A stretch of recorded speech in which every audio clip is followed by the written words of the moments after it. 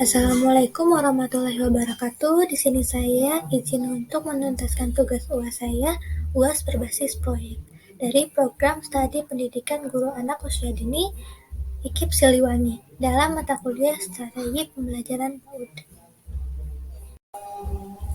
Untuk pertama-tama, saya akan memperkenalkan diri saya terlebih dahulu. Nama saya Indah Puspita dengan NIM 22070012 dengan dosen pengampu Haji Deda Jumiatin MPD. Mata kuliah Strategi Pembelajaran PAUD. Ya, yang pertama adalah latar belakang. Anak usia dini ini adalah anak yang baru dilahirkan sampai usia 6 tahun. Usia ini merupakan usia yang sangat menentukan dalam pembentukan karakter dan kepribadian anak. Menurut Yuliani Nurani Suciono 2009 nomor 7. Anak-anak mengalami pertumbuhan dan perkembangan yang cepat di tahun-tahun awal mereka. Masa golden age ini disebut sebagai masa kanak-kanak. Untuk pertumbuhan dan perkembangan ini diperlukan pola makan bergizi seimbang dan stimulasi yang intens. Selanjutnya, dalam Kamus Besar Bahasa Indonesia tahun 1998 nomor 203 ada beberapa pengertian dari strategi, yakni yang pertama ada ilmu dan seni menggunakan semua sumber daya bangsa untuk melaksanakan kebijaksanaan tertentu dalam perang dan damai. Untuk yang kedua, ada rencana yang cermat mengenai kegiatan khusus, sedangkan metode adalah cara yang teratur dan terpikir baik-baik untuk mencapai maksud. Bahkan dalam undang-undang disebutkan tentang sistem pendidikan nasional dinyatakan bahwa pendidikan anak usia dini adalah suatu upaya pembinaan yang ditunjukkan kepada anak sejak lahir sampai dengan usia 6 tahun yang dilakukan melalui pemberian rangsangan pendidikan untuk membantu pertumbuhan dan perkembangan jasmani dan rohani agar anak memiliki kesiapan dalam memasuki pendidikan lebih lanjut. Undang-Undang Nomor 20 Tahun 2003 Bab 1 Pasal 1 Ayat 14. Adapun tujuan masalah. Tujuan masalah dalam observasi ini yaitu pengamatan dilakukan dengan observasi pada saat guru menerapkan KBM. Kegiatan observasi di TK Ceria Silih Asih ini bertujuan untuk mengetahui bagaimana pelajaran dilaksanakan selama semester pertama tahun pelajaran 2022-2023. Hasil pengamatan diberikan untuk pemeriksaan sehubungan dengan kegiatan pembelajaran dan masalah yang muncul. Untuk ruang lingkup observasi, posisi observasi dalam kegiatan pembelajaran adalah melakukan pengamatan secara mendetail terhadap aktivitas guru dan siswa, serta mencatat informasi yang berkaitan dengan hasil. Pengamatan melakukan pengamatan dengan membaur selama kegiatan pembelajaran, sedangkan metode yang digunakan dalam pengamatan adalah gabungan antara pengamatan non-partisipatif dan pengamanan partisipatif, di mana pengamat tidak terlibat langsung dalam pembelajaran pada saat tertentu, memasuki kegiatan pembelajaran untuk memperoleh data yang dibutuhkan. Profil lembaga tempat saya observasi yaitu TK Ceria Silih Asih, alamat Perumahan Pengauban Silih Asih, Blok G 23, Desa Pengauban, Kecamatan Batu Jajar, Kabupaten Bandung Barat. Provinsi Jawa Barat 40561, nomor telepon 085721544817. Adapun profil pendidik di sini ada Ibu Sri Sutriawati SPD sebagai Kepala Sekolah, Ade Marisa SPDI, Wali Kelas B1, Siti Hindawiyati Wali Kelas B2, Rosi SPD Wali Kelas B3, dan Indah Puspita Wali Kelas A1, dan yang terakhir ada N. Ica Setia Airena Wali Kelas A2. Selanjutnya saya akan menjelaskan tentang teori strategi pembelajaran. Belajar adalah proses yang melibatkan perubahan perilaku seseorang secara aktif, menanggapi semua peristiwa yang muncul di lingkungan seseorang, bekerja menuju suatu tujuan, terlibat dalam berbagai pengalaman, dan melihat, mengamati, dan memahami yang telah dipelajari. Sedangkan perbuatan mengajar itu sendiri merujuk pada upaya seorang pendidik untuk meningkatkan yaitu menimbulkan atau memotivasi seorang peserta didik. Menurut Dick dan Cray 1985 menyatakan bahwa strategi pembelajaran adalah suatu set materi dan prosedur pembelajaran yang digunakan secara bersama-sama untuk menimbulkan hasil belajar pada siswa.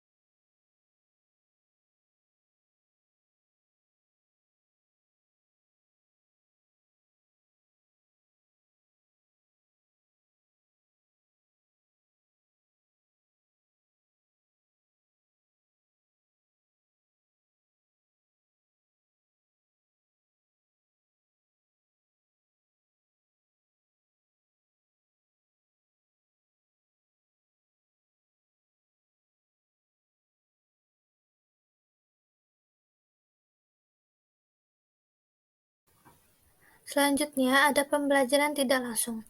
Induktif, pemecahan masalah, pengambilan keputusan, dan penyelidikan adalah nama umum untuk teknik pembelajaran tidak langsung. Meskipun kedua proses tersebut dapat saling melengkapi, pembelajaran tidak langsung dilakukan oleh siswa. Berbeda dengan strategi pembelajaran langsung, kerugian dan pembelajaran ini adalah membutuhkan waktu lama dan hasil tidak dapat diprediksi. Selain itu, teknik pembelajaran ini tidak sesuai untuk siswa yang perlu mengingat informasi dengan cepat. Dan selanjutnya ada strategi pembelajaran mandiri. Untuk teknik pembelajaran yang disebut pembelajaran mandiri mencoba untuk mempromosikan inisiatif diri, kemandirian, dan pengembangan. Manfaat dan pendidikan ini adalah membangun siswa yang mandiri dan bertanggung jawab. Kelemahan dari ketidakdewasaan peserta TK membuat sulit untuk menerapkan pembelajaran mandiri. Dan selanjutnya ada strategi pembelajaran interaktif, diskusi dan berbagi memberikan siswa kesempatan untuk belajar dari konsep, pembelajaran hidup, metode dan keahlian guru atau rekan mereka dan untuk mengembangkan perspektif baru, menjangkau kelompok dan pendekatan interaktif dimungkinkan dengan teknik pembelajaran interaktif. Strategi pembelajaran empirik. Pembelajaran empiris difokuskan pada kegiatan induktif, data siswa, dan pembelajaran berbasis aktivitas. Pembelajaran empiris yang efektif tergantung pada refleksi individu pada pengalaman dan penyiapan formulasi untuk aplikasi pada keadaan yang berbeda. Manfaat dari pendekatan ini antara lain peningkatan keterlibatan siswa, pemikirannya lebih kritis, meningkatkan analisis dan kemampuan untuk mentransfer pengetahuan ke konteks lain. Selanjutnya saya akan memaparkan kembali RPPH di TK Ceria Seli Asih untuk semester 1 bulan Oktober minggu kedua, kelompok B2 usia 5-6 tahun. Dengan tema lingkunganku, subtema sekolahku, subtema guna, gedung, orang-orang, peralatan, tata tertib lingkungan yang ada di sekolah. Untuk kompetensi dasarnya meliputi 6.1.2, fisik motorik 2.1, 3.4, 4.4. Untuk kognitifnya 3.6, 4.6, bahasa 3.12, 4.12, sosial emosionalnya ada 2.6, 2.7, untuk seni 3.15 dan 4.15. Untuk materinya, menghargai sebagai bentuk rasa syukur kepada Tuhan, dapat memahami dan melakukan cara hidup sehat, mengenal dan menyampaikan apa yang dikenal di sekitar, memahami dan mengenal keaksaraan awal, melatih sikap disiplin pada aturan, mengenal dan menunjukkan karya dan aktivitas. Kegiatan-kegiatan yang dilakukan di TK Ceria Sri Asih yaitu yang pertama ada welcoming school pada pukul 7 hingga 7.30 dan menyapa guru dan teman, menguratkan kehadiran, membaca buku ceria dan ikro. Dan yang kedua ada kegiatan motorik kasar, flip play 07.30 hingga jam 9. Berbaris, senam pagi, senam menari, bermain bebas di outdoor atau indoor playground, games with rules atau tradisional. Yang ketiga ada kegiatan pembukaan jam 9 hingga 9.15 yaitu membaca Al-Fatihah, doa mau belajar, pengulangan surat pendek, mahfudot, dan sehari-hari membahas aturan kelas, pembahasan tema. Untuk kegiatan inti dari jam 9.15 hingga jam 10.15 memberi kesempatan kepada anak untuk bereksplorasi, membangun pengalaman main yang bermakna dan menerapkan pendekatan saintifik, yakni anak mengamati, menanya, mengumpulkan informasi, menalar, dan menginformasikan melalui kegiatan main. Dan yang kelima ada snack time, yaitu pada pukul 10.15 hingga 10.25 dengan cuci tangan lalu makan bersama. Dan yang terakhir ada kegiatan penutup pada pukul 10.25 hingga 10.30. Evaluasi kegiatan hari ini, rencana main esok, berdoa, selesai kegiatan. Kegiatan-kegiatan bermain yang dimaksudkan sebelum snack time tadi yaitu kegiatan belajar mengajar, yaitu alat dan bahan, balok kayu, buku paket, buku tulis, buku ceria, alat mencocol, pola gambar, pensil, dan lem. Untuk kegiatan belajar, menyusun balok kayu, bercerita cia anak yang rajin sekolah, kolase gambar gedung sekolah dengan potongan koran, dan yang terakhir mengerjakan Maiz Adi berangkat ke sekolah. Adapun 6 indikator rencana penilaian. Yang pertama ada menghargai diri sendiri, orang lain, lingkungan sekitar sebagai rasa syukur kepada Tuhan. Yang kedua, ada memiliki perilaku hidup sehat, mengetahui cara dan mampu menolong diri sendiri untuk hidup sehat. Yang ketiga, ada mengenal dan menyampaikan tentang apa dan bagaimana benda di sekitar yang dikenalnya. Dan yang keempat, ada mengenal dan menunjukkan kemampuan keaksaraan awal dalam berbagai bentuk karya. Yang kelima, ada memiliki perilaku yang mencerminkan sikap disiplin pada aturan dan sabar menunggu giliran. Dan yang terakhir ada mengenal dan menunjukkan karya dan aktivitas seni dengan menggunakan berbagai media. Dan ini adalah tabel penilaian di TK Ceria Sri Asih. Program pengembangan ada 6, fisik, motorik, kognitif, bahasa, sosial, emosional, seni. Untuk indikator yang sudah saya tadi bacakan, dan ada nama anaknya dari absen 1 hingga 11. Untuk kesimpulannya, pilihan evaluasi yang berbeda mempengaruhi bagaimana guru menilai usaha siswa. Penilaian adalah elemen penting, tanpa evaluasi pun tujuan dapat dicapai dengan menerapkan metode yang efisien, efektif, dan sesuai berdasarkan hasil kinerja setiap siswa dalam kelompok kerja yang dicapai. Guru dapat menilai keberhasilan atau kegagalan teknik inovatif yang digunakan. Terakhir, untuk saran dari saya, sebaiknya setelah pembelajaran, pendidik menyiapkan area khusus untuk anak-anak bermain yang akan melatih transisi mereka dari kemampuan motorik kasar ke halus dan mengajak anak-anak untuk berbagi cerita di depan kelas.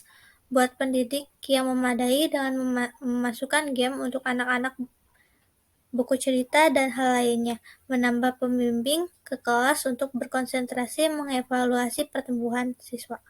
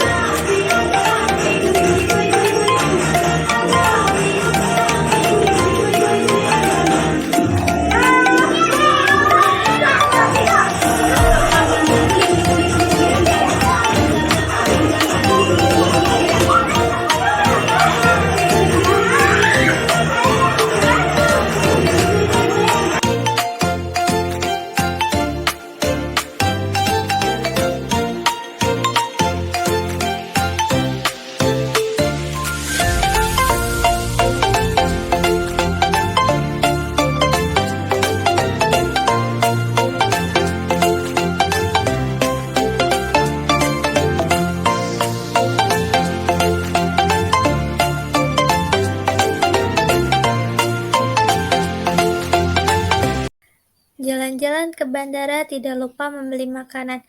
Demikian presentasi saya. Jika ada yang salah, mohon dimaafkan. Terima kasih. Tak lupa saya ucapkan terima kasih kepada dosen pengampu strategi pembelajaran PAUD, yaitu Ibu Haja Dedah Jumiatin, MPD. Berkat bimbingannya, saya dapat menyelesaikan tugas UAS berbasis proyek ini sebelum tenggat waktu yang ditangguhkan. Mohon maaf jika masih banyak kesalahan dalam pemaparan saya, karena saya juga masih belajar. Semoga materi ini dapat bermanfaat. Sekian dari saya pamit undur diri. Wassalamualaikum warahmatullahi wabarakatuh.